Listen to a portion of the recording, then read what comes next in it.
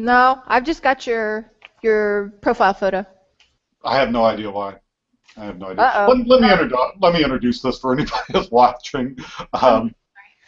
This is an informal coffee break we're having for the entrepreneurs community.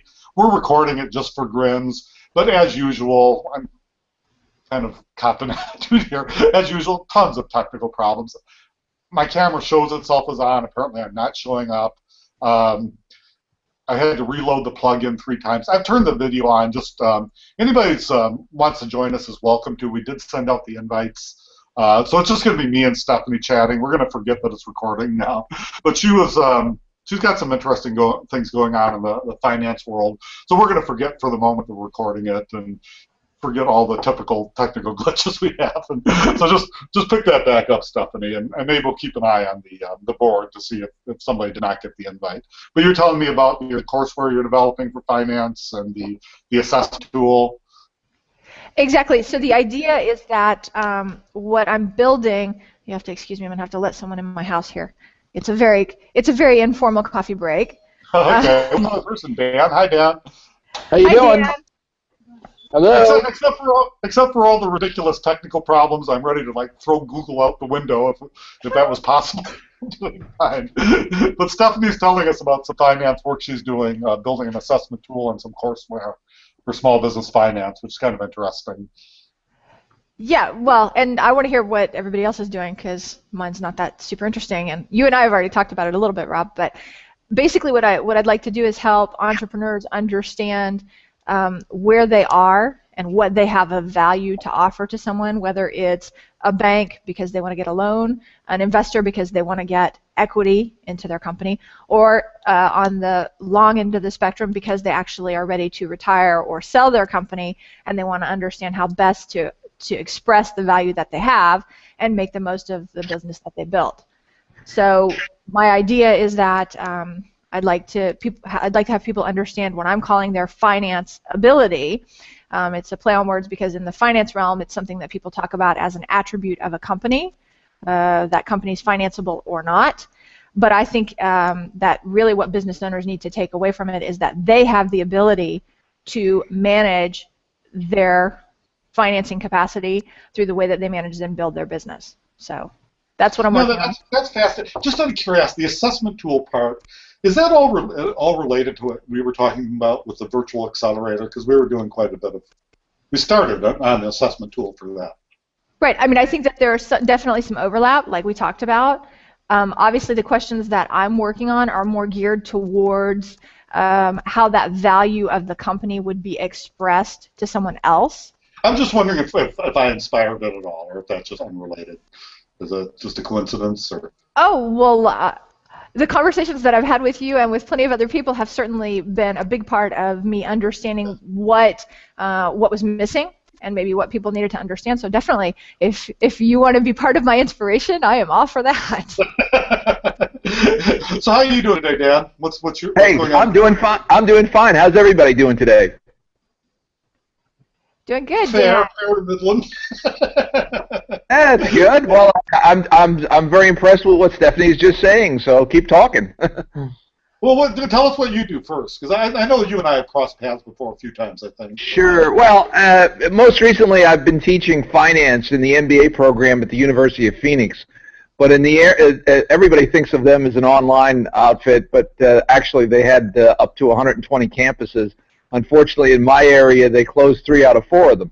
So basically, I've kicked back a little bit, and you know, I'm trying to pick my spots here and maybe find some little outfit that needs some management type of help and join them. Something in the tech area would be ideal for me. I love the web and Google Plus and all these kinds of things. Okay. Did you know Stephanie before this, or was that just? No. I just crank up and I'm well, let's go. You're both in the same town and you have the same interests. So she's in Phoenix or near Phoenix, I believe. Well, I'm University of Phoenix is all over the place. I was teaching in the Tampa area, which is where I'm from. I'm sorry. I made a bad, because the University of Phoenix is here in San Diego too. They've got a pretty good reputation, actually. Yeah. Well, actually, I enjoyed the on-campus, direct face-to-face contact, and that's been cut back a little bit. So there we go. The courses are 1 month. Is that how that works? Or say again? the courses are 1 month long. Is that how that works? Or It depends on what program you're in. If it's undergraduate, it's 5 weeks in length. If it's a graduate program, it's 6 weeks in length. okay. They're 4-hour classes. If you do the math, that works out to like 20 or 24-hour contact hours. So you say to me, how could they do that when the normal course is supposed to be like 40 contact hours? And the answer to that is the accrediting agency gave them a dispensation for the group work that they do. So it's not an option. If you're in a course, you got to do group work. So so they give them credit for that. Yeah, I mean, this is kind of a philosophical. Well, I can't talk today. I'm so frustrated.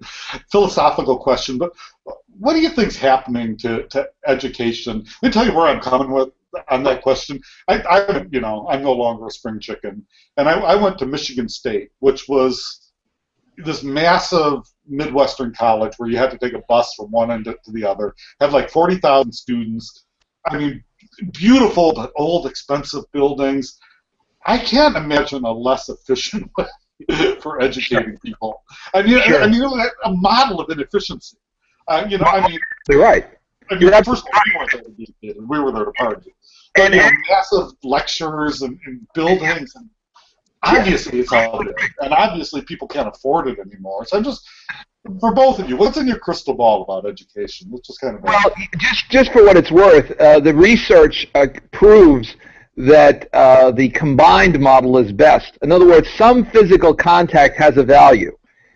Phoenix used to have a program that allowed people to come into a course for the first meeting, do the middle of the course online, and then at the very end, in a sort of a summary session, had a second physical meeting. Actually, those blended type courses tend to do the best. So if you look at pure online or pure on ground, that's great. As you say, the pure on ground is extremely expensive, but the blended courses seem to be the best. Yeah, I think so. What's that called? MOOCs, massive online. Well, that's something different. That's what's going on with a lot of these universities.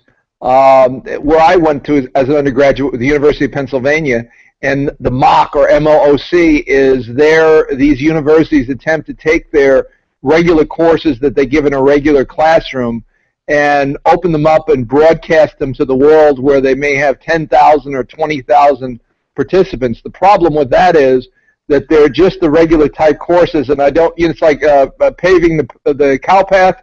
It's it's the old way of doing things, so we just make it electronic. The other problem is that they're having a tremendous problem with people completing these courses. They get like single-digit percent completers. So they're going to have to, this is a new medium, and we've got to, I think, create courses that are designed to take advantage of the new medium, not just broadcast what we've already done. What do you think, Steph? I took that class in entrepreneurial technology from Stanford, and I liked it. It was a mess. It was a disorganized mess. Took a lot of effort on my part. A major turnoff to me was, at the very end of it, they went through this. I mean, this is kind of a private beef a little bit, but they had the demo day, and the professor cherry picked the hipster Silicon Valley ventures for his. He was doing it for his own thing, and I think this is supposed to be educational. That's been known to happen a lot of times. I mean, the history of education is a lot of times the professors use their graduate students to do their own work. yeah. But I got out of it. I thought I learned quite a bit from it. But well, actually, that's an area that I'd love to get more involved with. But it's like again with the MOOCs, what they're doing is just taking the regular courses that they already give and just broadcasting them out to the larger world. As I say, my view is that we need to do something a little different there. We need to improve on that, not just put a television camera in a room and say that's education. Yeah. What do you think, Stephanie? I think it's an interesting question because it's funny you both bring it up. I actually started a course called Buddhism and Psychology by Robert Wright through Coursera. So as someone who's trying to build courses, clearly I'm out there trying to see what's available and trying to understand, what best practices are and what other people are doing. And so I took this class at the beginning because I was like, well, it'll be good to see how a college professor approaches the subject, what the course looks like. And the truth is, I have found that the subject matter is extremely interesting. And again, it's hard to say with one experience, but the way that it's presented, because you feel like it's in segments of, say, 10 to 12 minutes, that's how the course is broken down, because it's so concise, it almost strikes me as it's like reading an article. But it's somebody who actually has really good understanding of the subject matter, who's presenting it to you. So it's a little more interesting than reading an article, but you can always go back to it. So I don't want to say skeptical, but I kind of had your perspective, Dan. I was like, well, it's just like being in a classroom. It's no different. And I've found it surprisingly interesting. And I kind of like it. Now, the beef I have with it is that it's a great model for someone who is trying to learn for the sake of learning, like me. I'm not doing this because I need a degree or because I need a certification or anything else. I think what you pointed out, Dan, is exactly the big problem. When someone has to take the course because they need it for a degree requirement, then things get messy. Because how do you make sure they really learned? How do you, close that loop and say, yes, this person has the knowledge needed, for example, to go to the next level course, if it's part of a prerequisite. So. Oh, you've nailed it. Actually, right on topic there. That is the biggest problem they have, is trying to assess skills. And what I noticed, with some of the students, they're not exactly interested in learning. They're interested in credentials. Right. And that's another issue entirely. I mean, their motivation is just give me a piece of paper is what I want, not necessarily the knowledge, where you were going after the knowledge and the paper was irrelevant. Well, and I think that's interesting because maybe that's part of what we need to think about is, is 18 to 22 necessarily the right time to be trying to excite people about knowledge when they just came out of 12 years of, you need to learn this. Oh, yeah. Yeah, that's absolutely, yeah. I think you're absolutely right. And a lot of this, if the universities really thought through these things, in my view, a lot of these universities are like lemmings. If one does it, the next one does it, and the one after that does it. Basically you get 1,000 examples of the same thing.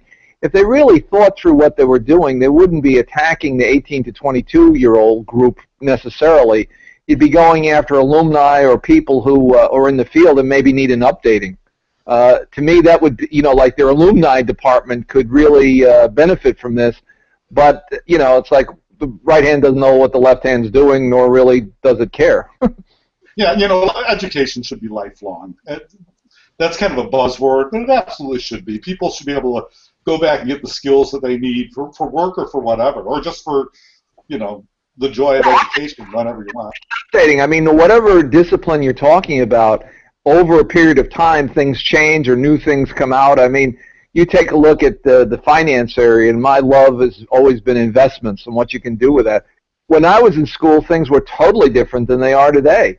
Right. And so, but do I need another degree? I don't think so. I got 3 already. I don't think I need another one.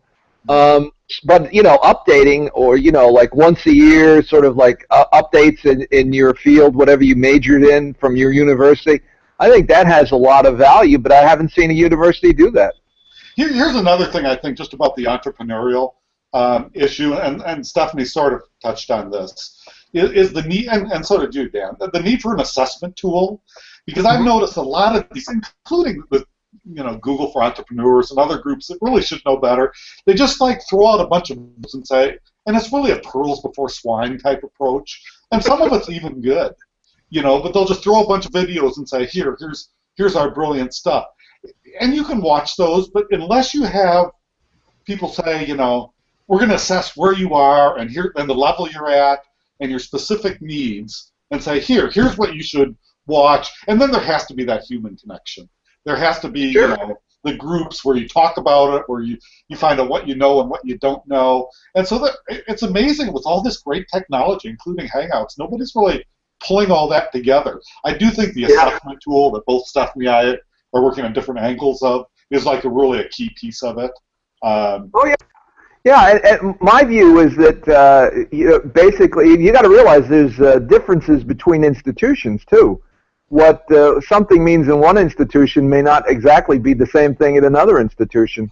That's why I've always thought that these industry credentials, if you can do that, like these credentials for Microsoft qualifications and so forth, where they're independent of an institution and there's a standard, that made a lot of sense to me. I've got to invite Elaine, I just forgot her last name, Lindsay? Lindsay, yeah. E-L-E, Elaine, E-L-A? A-I-N-E, E-L-A-I-N-E, and then it's L-I-N-D-S-A-Y, I think. Dan, I have a question for you, since we're talking about this. It's interesting that you mentioned kind of this professional certification, right? Yeah. Because the thing that I've run into, and I think it's hard when we do, when we're interested in learning, obviously we see that we think other people should be doing what we're doing, but certifications like CFP, PMP, if you look now, a lot of people have gone the route of getting multiple certifications to, and I won't say compensate, but to add credibility, right? That's what they're really doing. They're out there saying, well, I'm a certified project management professional, or I'm a certified financial planner, etc. And I don't know, all those programs that I've investigated seem to have continuing ed to be able to keep your certification, which is already a step in the direction you're talking about. But I guess my problem is I would want to see someone who's better able to apply what they've learned. In other words, not so much they need specialized knowledge, which is a good starting point, but there ought to be some way to say this person is good at helping you apply the knowledge, right? Because ultimately that's what matters. Can you get something else done? Well, I think you're onto something there. It's not just a paper and pencil test that should validate. There has to be a practicum. I mean, we do this already. If you look at the medical profession, you just can't just take pencil and paper tests and be an MD or a nurse or something. You've actually got to go into the examining room and do things, You've got to have an internship. And so that makes a lot of sense to me. But again, our universities, sadly, the lemmings, they all do the same thing. And for most programs, unless you're in a nursing program, they don't do that. Do you know if they do that for education? For teaching? I think they do have to have some kind, I'm not certainly an expert in education, but I think they do have to have some classroom time. Education has always been an area that's been sort of the lost child of the higher education profession. Which is crazy when you think about it, right? Sure. What could be more important? Teaching people how to teach other people, and yet, anyway, that's a whole other debate. Sorry. No, but it all tracks in together because I think there's an opportunity here. I think, where we're coming from in this discussion is where's there opportunity and how we can take advantage of it. And that's something that appeals to me. It's just finding the right team and the right opportunity to work on. But I think you've got a thing there that we should be paying attention to. Hello, Elaine. Hi, Elaine. Oh, Elaine just went away. She was here, and then she's gone. And then she's gone. That was quick. Maybe we scared her off. I don't know. I apologize. I was about to praise Google because they really have improved the procedure quite a bit. It was really complicated before how you set these up and scheduled them. And now, in theory, you can do them in advance. And I don't know, Stephanie, if you were around where you had to copy the link over. I think you and I might have had a miscommunication when I thought that was still the way. Did you ever have to do that? Yeah, well, and the issue that you run into now is more like they've done a lot as far as I remember about putting the links in a good place, but it's still hard to make the distinction between the links for just watching and the links for participating. For me, that's a part where they could really maybe help out. I actually set up like three different circles to do these because they make the assumption like it's a panel discussion. not really a networking event, and I want to do more networking events. So I don't know now. Maybe this is my computer. Who knows what the problems? I have no idea why my camera isn't working. I tested it before; it was fine.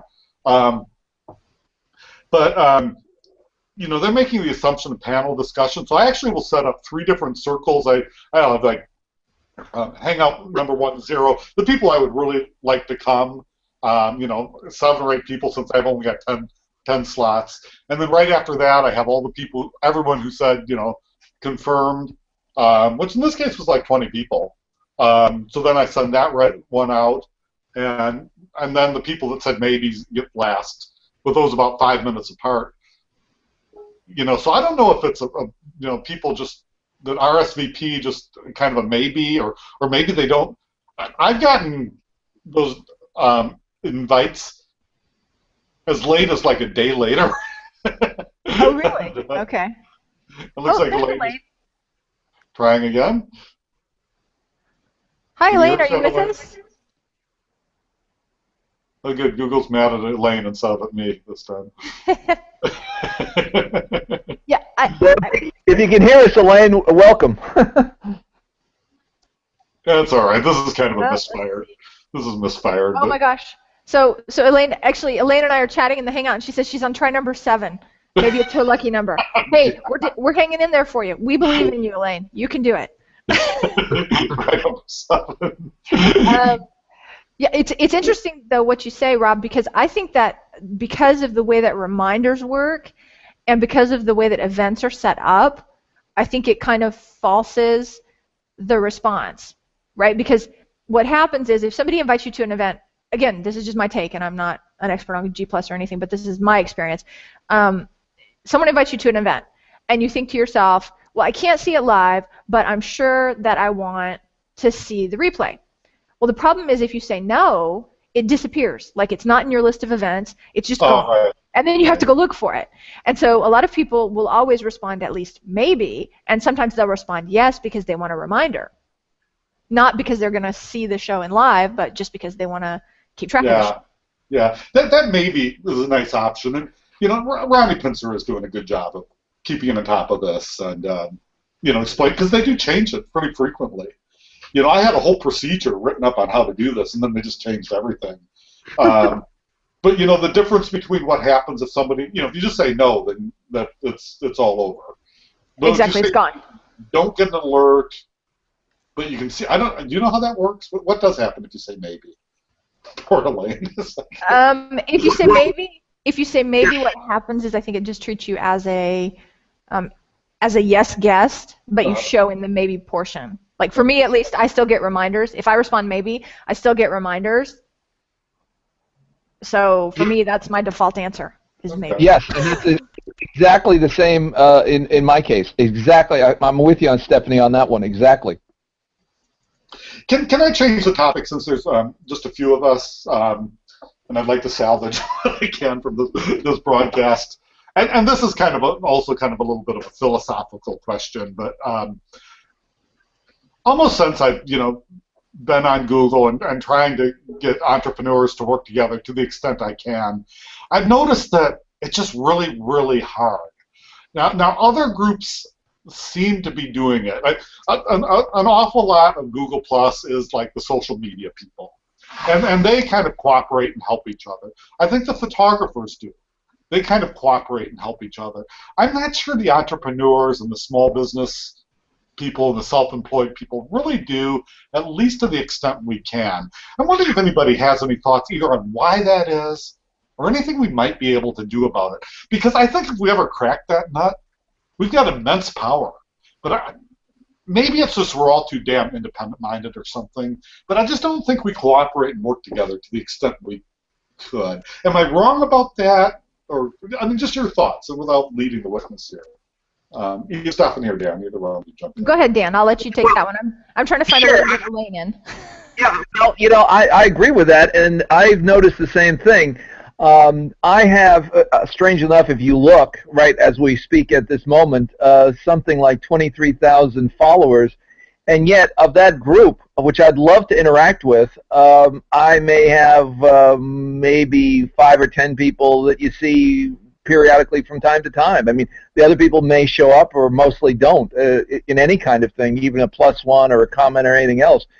And so if you told me a couple of years ago that I had 23,000 followers on Google+, I would have said, my God, I'll never have any time to do anything else. I'll be responding and chatting and all the rest of it. That's not the case. Okay, so I have a question. Dan, do you think that that is, do you think that that's a signal from these people that they don't understand what the platform is here to do, and that they think it's more like other platforms they've encountered, like Twitter or Facebook, where you just follow someone and you sit back and wait, right? You know, Yeah. I think a lot of people treat this like a Facebook or a Twitter, where what's your job? Well, my job is to get as many followers as I possibly can, and the way to do that is I go out and circle people, and they circle me back because of the law of reciprocity. Well, my feeling is that they're mostly, I mean, this, with the statistics would bear it out, most 90-some-odd% of people are just lurkers, which is fine. You know, I don't want to offend anybody if you're one of the people I never hear from, but you know, it would be much more satisfying if we were able to engage deeply in the kinds of things we're interested in, specifically entrepreneurship or anything else. I mean, maybe the photographers or some of the others, social media people, do a little bit more, but from what I've seen, not a heck of a lot more.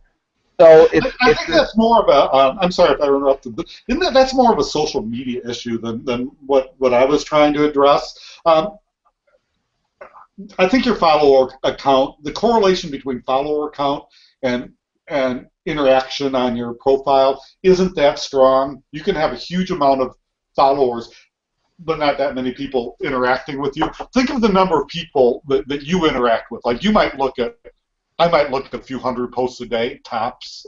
So I definitely don't look, I have 60,000 followers. I don't look at 60,000 other people. So I mean, it's sort of, that whole thing is a little bit of sucker game.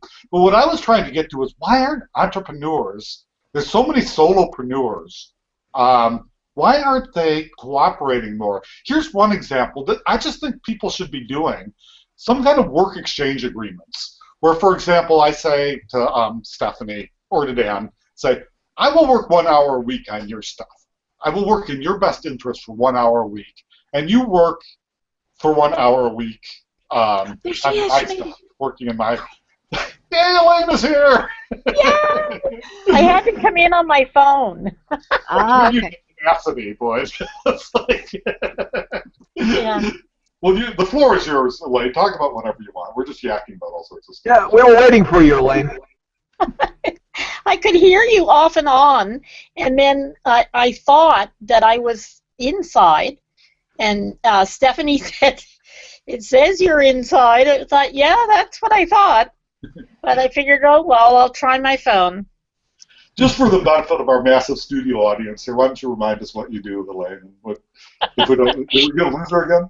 What do I do? Okay, I'm a Google Plus evangelist. I am social media. I speak and train about Google Plus, LinkedIn, YouTube, and social best practices in relation to integration with SEO. And what city are you in again? I'm in Ottawa, in Canada. Okay. Boy, that's way north, isn't it? It's way north. I could put the capital way up there. You know? Yeah, and we just had a snowstorm. That's right. Well, Canada is such a wonderful country. I mean, Americans If like you- Americans all like Canadians. I don't know if that's the opposite is true. We all think Canadians are cool people. Yeah, no, I adore my American friends all the time. Yeah. I mean, I've always heard like Canada, like, we need Canada in a way to like help define. It's like our nicer brother or something. Yeah. It's the young brother you feel bad for, you know. Oh, it's a beautiful country. My sister used to have a cabin on Tobermory. Do you know where that is? Oh, I do, actually. I do. It's beautiful. Yeah, beautiful though. Northern Yeah. Lake Michigan. Cool cabin. I just love it. It's just a really cool place. Absolutely gorgeous. Yeah. But the question I was asking, was about work exchange agreements. I'm wondering why they never happen. I've been throwing every ounce of stuff, I'll use the polite term, against the wall to try to get entrepreneurs to cooperate better. Nothing quite, nothing gets traction. I mean, I get some limited success now and again. We get that Accountability Friday, by the way, Stephanie. That's sort of a fun little one, where we come and we just talk about, what we're planning on doing the next week. But most stuff, it's like pulling teeth. And I'm wondering why it's so hard. Why? I mean, so that's kind of. I'm wondering if you have any thoughts on that. Is it we're too independent-minded, or? It's funny how I'm a very intention oriented person. So if I set the intention that the people that I'm going to interact with are going to be of like mind, I find that I have a lot less trouble getting people to interact. But there are just some people who, they say they want to do things and they say they want to collaborate with their, other entrepreneurs. And I think partly they're motivated by fear because they get into a place where, oh my God, well, if I do this, what's going to happen? Like, where am I going to lose me? Are they going to take over? I mean, there's all these fear things that go on, and I think that ends up stalling an awful lot of people. So you think it's fear, basically? It's just. I do. Yeah. On the finance terms, we were talking about this, sort of a question or issue for Stephanie, and the question of equity shares come up when you you have some little venture and you say let's do this together and let's share a piece of the ownership. I don't know if it's because it's so complicated or whatever, but that petrifies people. Well, it does. No, you hit the nail on the head. It's because of the complication. The minute that you have to have all this paperwork, okay, like you are feeding people's worst fears. What do you hear in the news all the time? What happens with companies that sign, mergers and what have you, or a small company goes with a bigger company? I think those are the things that really put the brakes on for people, and they just become so paralyzed that a lot of them will just let new ventures and what have you fall by the wayside, surely out of fear. That might be, and I think the Mark Zuckerberg.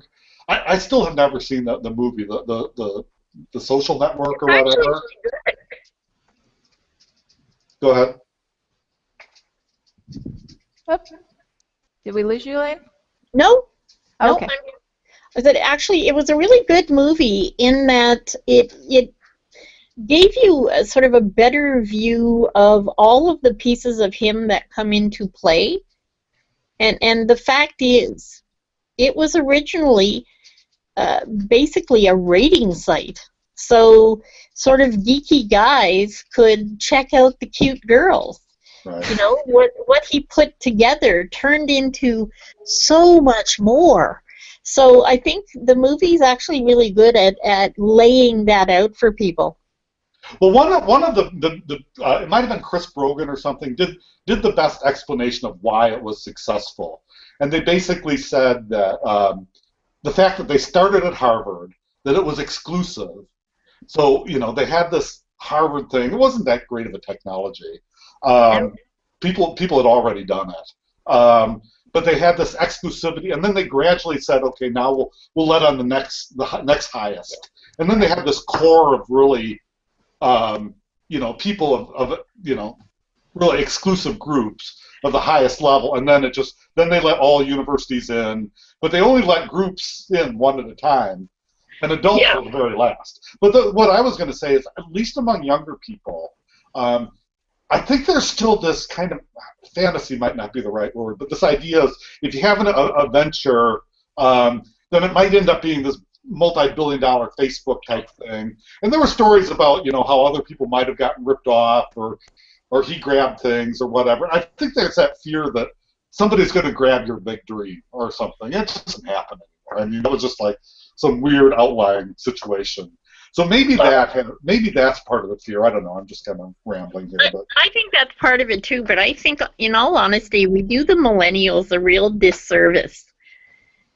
in not giving them a better overall view of what business is and what it's not, because they can't all be billion-dollar startups. They can't all jump in at the C-suite. Okay, it's just, it's not possible. And we've basically allowed the media and everyone to feed into that sort of, you know, pie in the sky kind of dream, and it's just, it's not possible, and it's our own fault. And you know the corporations are playing into that. And nobody talks about the you know, the Mega Millions lotteries anymore. But I think those are affecting the morality of our whole society, because when you talk to people who are down on their luck, or maybe, you know, just working class people, nobody talks. Not too many of those people talk anymore about, you know, I'm going to start my business and get rich. They talk about winning the lottery, and I think it's kind of corrupted us. And then, like, companies like, I don't know if you remember, not too long ago, Google and one of your big finance people, Stephanie, Morgan Chase or somebody, got in, and they said, we're going to give a half dozen companies $250,000 each.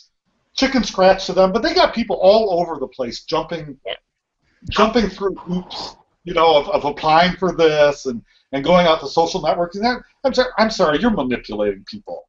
This is just your own PR reasons. And you know, Google should be doing better than that. That shouldn't, you know, yeah, they probably got, I don't even know who won, but I just think they could have done better than that. The few $1,000,000 they spent on that program, they could have done something much more broadly to help a lot more people than they did. Anyway, kind of the preacher ranting a little bit. Well, yeah, and this week, wrong week to hit me with that, because quite frankly, it doesn't matter what people do, it doesn't matter how well they do it, or how broadly they spew the money. No one, like, not everyone is always going to be happy. It really doesn't matter what you do. It kind of hits home because my son was involved in a sort of money thing this week, which I'm not going to go into, but it doesn't matter what they do, whether it's really good, whether they, you know, had apportioned it out 10 grand at a time. There would always be a faction that thought, no, the other way would have been better. The fact that they're giving out any kind of monies, bursaries, grants, whatever you want to call it, to enliven and you know, get some of these millennials, give them a chance. I think that's phenomenal. Yeah. Hey, this is a dumb question, but remind me exactly what millennials are. I mean, does that mean they can't be born in the year 2000? I mean, they'd be young. What exactly is the age range of millennials? Well, from I would say about, what is it, 85, 90 on? Yeah, it's basically. What means they came of adulthood around the year 2000? Yeah. Right. Yeah. Yeah, there's one generation. There's a generation after that. And then Generation Xers are, what, 30-something now? Yeah. And then what is Generation Y? I'm a baby boomer. I'm one of the last of the I'm 58, so I guess I'm a baby boomer. Yeah, you're a baby boomer. So then Generation Y, I'm sorry, technically, what's the difference between Generation X and Y? About 10 years. Okay, so Yeah, Generation... I'm actually a Gen Xer, I think. Actually, I'm right on the edge, at the very beginning of a Gen Xer. Yeah. And then the Gen Ys are the people who are hitting 30, 35 right now. Yeah. I have children in both camps. Gen X and Gen Y. Okay. And a granddaughter who's a millennial. Is America the only country that classifies its generations like that? Well, no, we do it to some extent in Canada as well. Okay. All right. Guys, we're at 45 minutes now. Thank you for helping salvage this. This was going to be a very frustrating experience. Well, yeah, it has been thanks for persevering there, Stephanie. And, you know, on the 10th try, I got in. Woohoo! Hey, sometimes that's the test of a true entrepreneur, right? Do Absolutely. you really keep trying? Are you willing to keep going? Oh, yeah, and if I can't get one device, I have 10 others, you know. So I have to say goodbye to you guys because I have children who are waiting for me on the curb at school. Oh, God. God, we're Okay. going to want to So hang on for 2 seconds. yeah, I just wanted to say thank you to Dan and to Elaine and to Rob, of course, for organizing this. It's been really great, and I look forward to the next one. Okay. Well, thank you, I think we're Stephanie. going to Thank hold you, things Dan. down. Thank Well, you, thank you. Rob. Yeah. Yeah. Thanks, everybody. This was fun. Thanks for helping me salvage. And We'll just for try what to it's do better. and just for what it's worth, if anybody needs some help, just get me offline. I'd be happy to work with you. Okay, That's let's do that awesome. then. Well, yeah, we'll Well said, that Dan. sounds great. Have Thanks, a good everybody. night. Have a good night. Bye. Bye.